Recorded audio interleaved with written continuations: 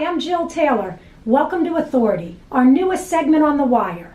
Joining us today is attorney Michael Hawley with Lyons Dougherty, a full-service real estate law firm specializing in residential and commercial real estate. Thank you and welcome to the show, Michael. Thank you, Jill. It's good to be here. Today, Michael, we have a very specific scenario. There's a brother, a sister, and elderly parents. As is discussed many times in families, when the parents pass away, the proceeds from the sale of the parents' home is going to be equally distributed between the two siblings. New scenario right now, brother recently divorced and has suggested that the parents sell their current home, take the proceeds of roughly $400,000 in addition to his $100,000 investment and purchase a home that they will live in together. So the question's pretty simple here. The sister wants to know, how can she protect her future interest in the parents' estate, especially if this new home is titled in both the brother and the parents' names? Well, I'll try to give you that. I think we have a perspective scenario where there are mixed bodies of law. We've got estate planning, we've got property, real estate, property to be specific. We've got potential tax issues. There's also a concept in the law called equity, in which fairness rules.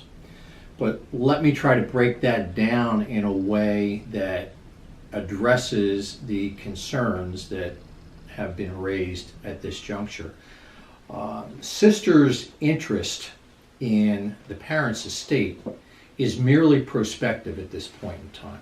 I don't know if they have a will or wills. I don't know if there's trusts that are involved in that.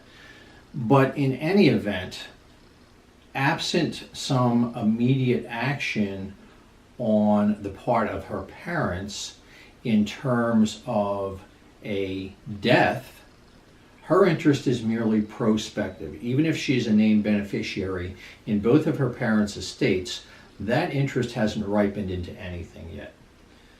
That said, real property overall, is a very stable body of law. It typically does not change to any great degree. Estate planning is the same thing. We got most of our law from England. The principles that were embraced there are in place within American law, but for the state of Louisiana, where Napoleonic law comes in. If you ever get on Jeopardy, you can use that little tidbit. Thank you. But there are also concerns in a scenario like this with regard to transfer tax, probate fees, and things of that nature. Let's assume that, in fact, the parents go ahead with the plan that's proposed by Brother X, in which they liquidate their current real estate. They net $400,000 from that. Mm-hmm. He adds another $100,000 from his own assets to that. And parents and son live in a property that's valued at $500,000.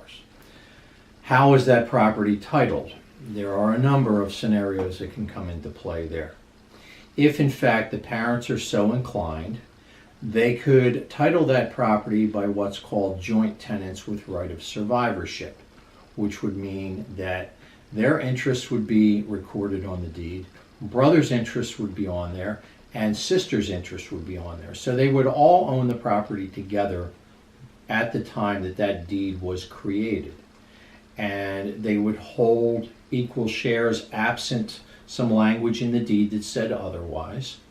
And the last person to survive gets title to that property in his or her individual name. Now, this is a valid and often used estate planning tool because what it does is it prevents the assessment of a transfer tax upon the death of the parents into the names of the children, the adult children. It also avoids the prospect of probate fees, taxes that are assessed against the property upon transfer because it's already in place. Now, there are some concerns about transfers of properties. If someone goes into a long-term care facility and they may not have assets to pay for that, Medicaid then has a presently 5-year look-back period to see if there's been a transfer of property. So that may or may not be a concern for people along the way. So there are a lot of other issues involved, not just how it's titled. How about if we look at the scenario, if for one reason or another the sister is not on the title of the home?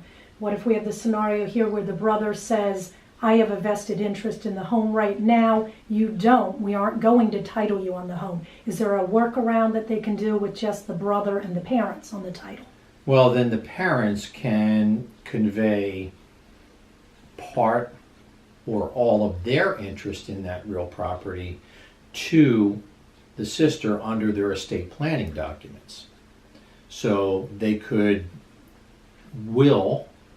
bequest part or all of their interest to her, or an equitable share to brother and sister. But you've identified an important point here, that there are potentially competing interests here. Mm-hmm.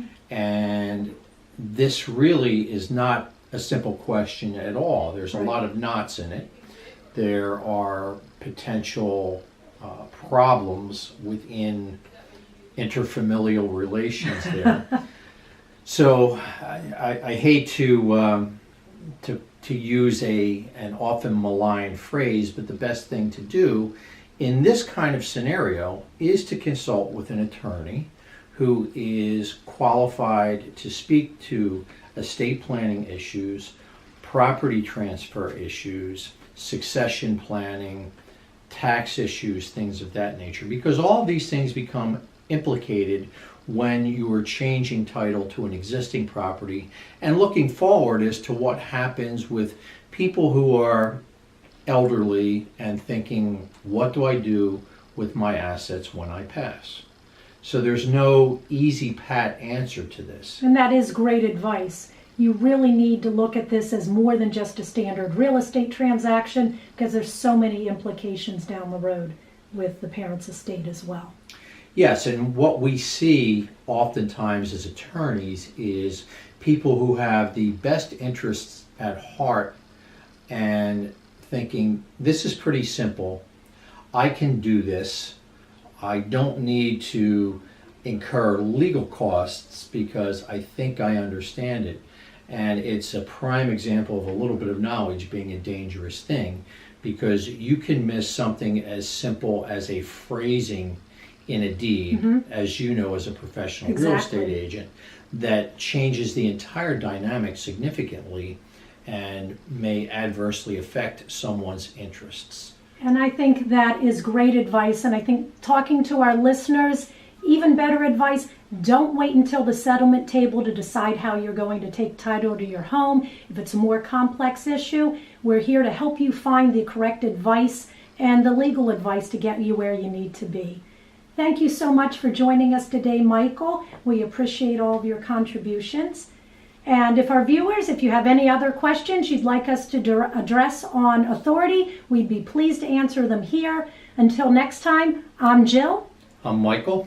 Thanks for watching. Thanks for watching. AC, bang, rock the house, pow. Come on, help me turn it out. I'm MD, bang, and I rock the house, yeah. You know I'm gonna turn it out, young.